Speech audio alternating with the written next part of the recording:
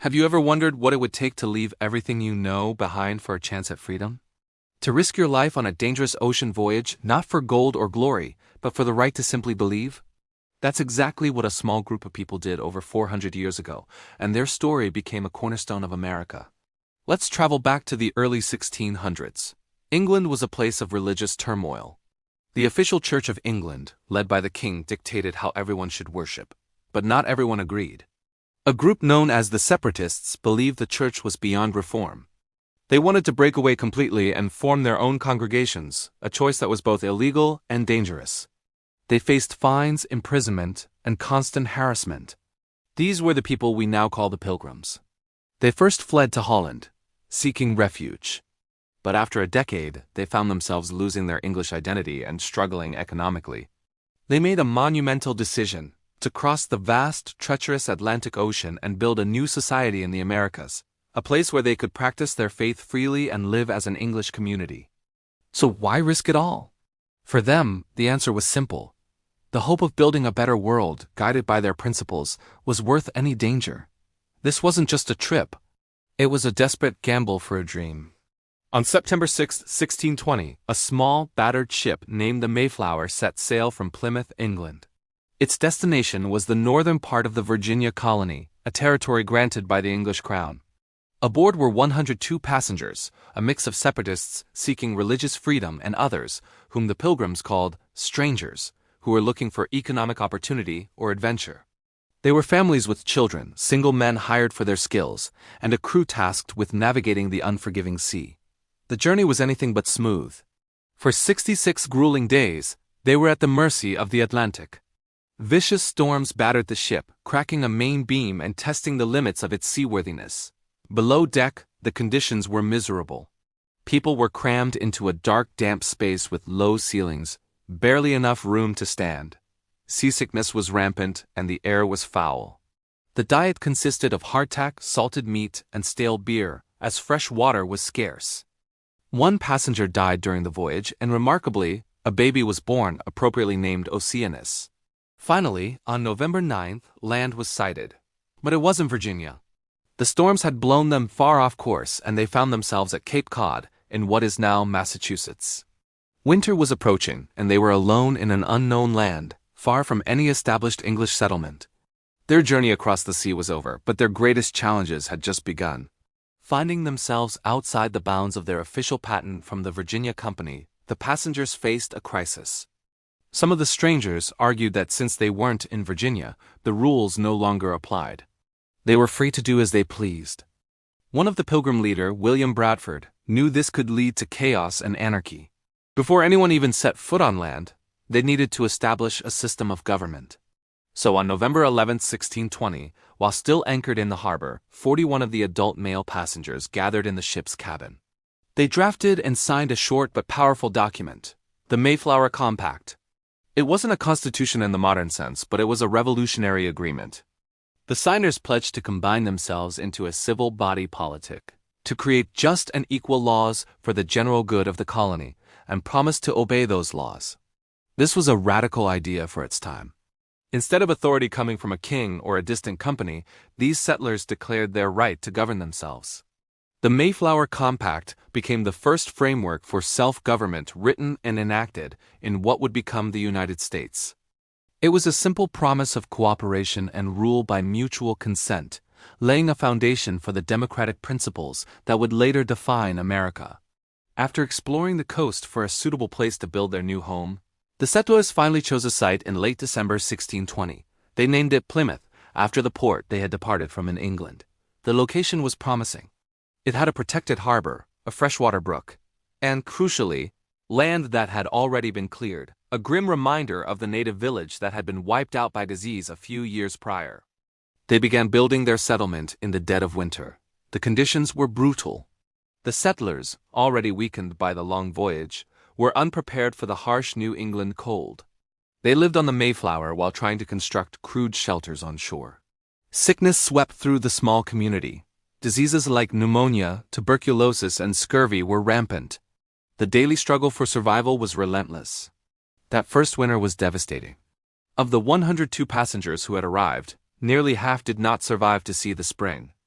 At the worst point, only a handful of people were healthy enough to care for the sick and bury the dead, who were often laid to rest in unmarked graves at night, to hide their dwindling numbers from any watchful eyes. Despite the immense loss, the survivors did not give up. Leaders like the colony's governor, John Carver, and later William Bradford, along with the military captain, Miles Standish, provided the structure and determination needed to keep the fragile colony from collapsing entirely. As spring arrived in 1621, the fortunes of the Plymouth colonists began to change, thanks to an unexpected encounter. The settlers were astonished when a native man named Samoset walked boldly into their settlement and greeted them in broken English. He later returned with another man, Tisquantum, better known as Squanto. Squanto's story was incredible. He was a member of the Patuxet tribe, the very people who had lived where Plymouth now stood. He had been kidnapped by an English explorer years earlier, taken to Europe, and had learned English before making his way back home, only to find his entire village gone, wiped out by disease. Now he became the colony's salvation. Squanto acted as a translator and a guide, bridging the gap between two vastly different cultures. He taught the struggling pilgrims how to cultivate corn, the local staple, showing them how to fertilize the soil with fish. He taught them where to fish, how to hunt, and which native plants were safe to eat.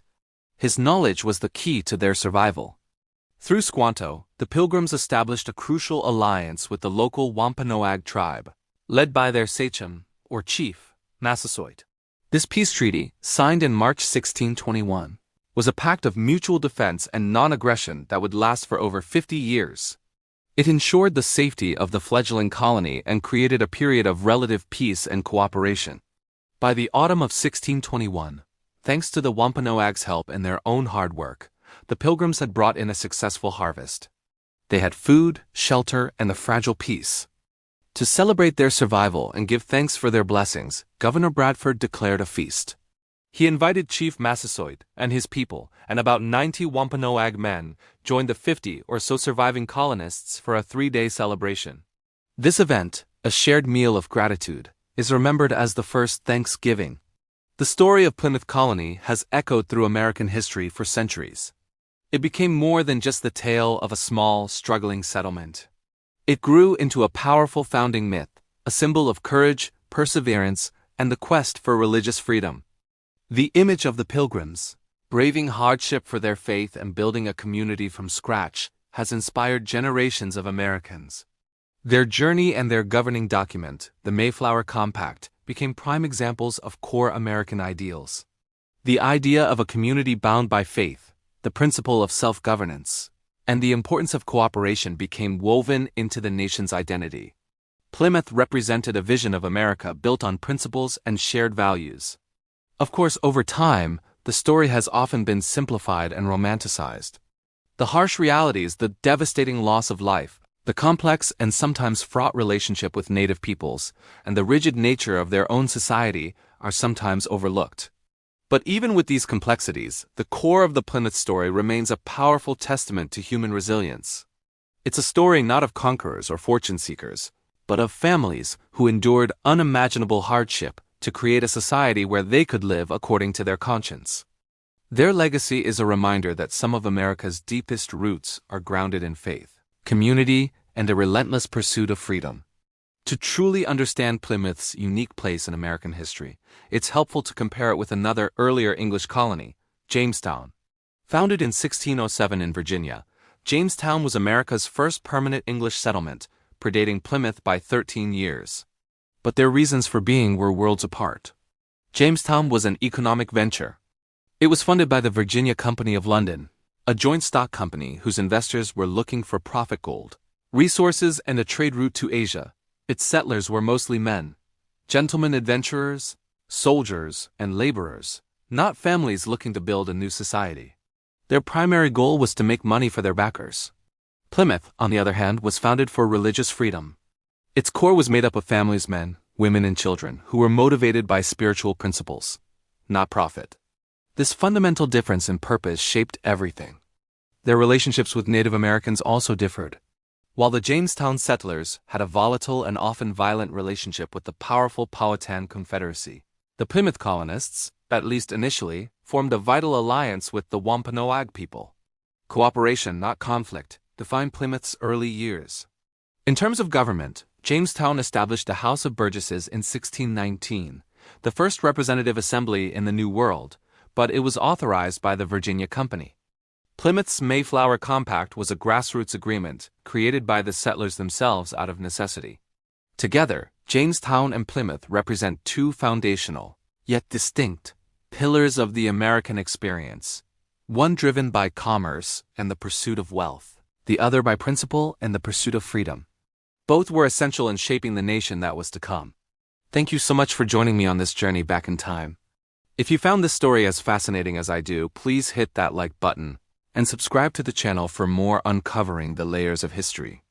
Let me know in the comments what part of the Mayflower story stands out most to you. See you next time.